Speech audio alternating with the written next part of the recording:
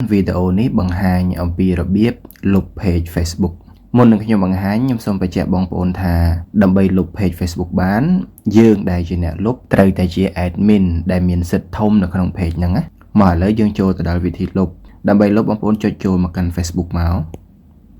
អូខេបន្ទាប់មកបងប្អូនចុចចូលកន្លែង profile របស់យើងខាងក្រោមនេះមកដើម្បីទៅរកបណ្ដុំ page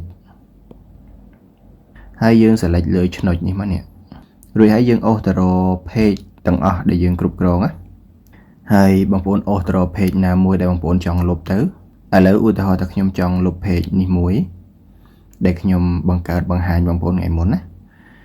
បងប្អូនចុច switch ចូល page ដែលយើងចង់លុបនឹងមក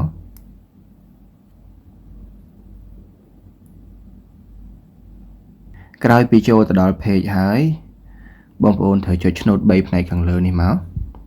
បើ iPhone កន្លែងឆ្នូត3ហ្នឹងអាចនៅតំបន់ផ្សេងបងប្អូនរកមើលកន្លែងឆ្នូត3ហ្នឹងមកបន្ទាប់មកបងប្អូនចុចលើពាក្យ Setting and Privacy ឬសញ្ញាស្ពឺនេះបន្ទាប់មកចុចលើ Setting នេះ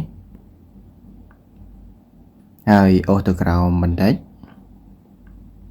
នេះបងប្អូនរកមើលពាក្យថា Access and Control នេះចុចលើ Access and Control ហ្នឹងមកអូខេមកដល់កន្លែងនេះវាមាន3ជម្រើសវាមាន2ជម្រើសវាមាន unpublished page កន្លែងហ្នឹងមានន័យថាយើងអត់លុប page ទេប៉ុន្តែយើងចង់បំបត្តិ page ចេញពី Facebook កុំឲ្យគេ search ឃើញអូខេអញ្ចឹងមិនមែនមួយហ្នឹងទេគឺមួយនេះ delete page នេះបងប្អូនចុចលើ delete page មកហើយចុចលើពាក្យ continue នេះមកហើយបងប្អូនចុចលើ continue ទៀតមក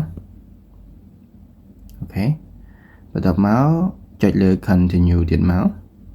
កន្លែងនេះគឺជា profile របស់យើងហើយ password ត្រូវវាយ password បញ្ជាក់ password ហ្នឹងជា password account របស់យើងណាអញ្ចឹងបងប្អូនវាយ password មក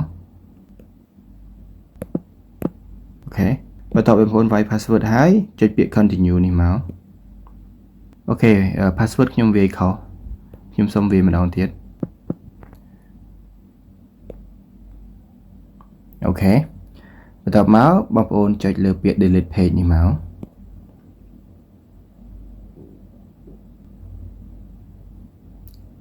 អូខេនៅពេលនេះ page ត្រូវបានលុបរួចរាល់ហើយ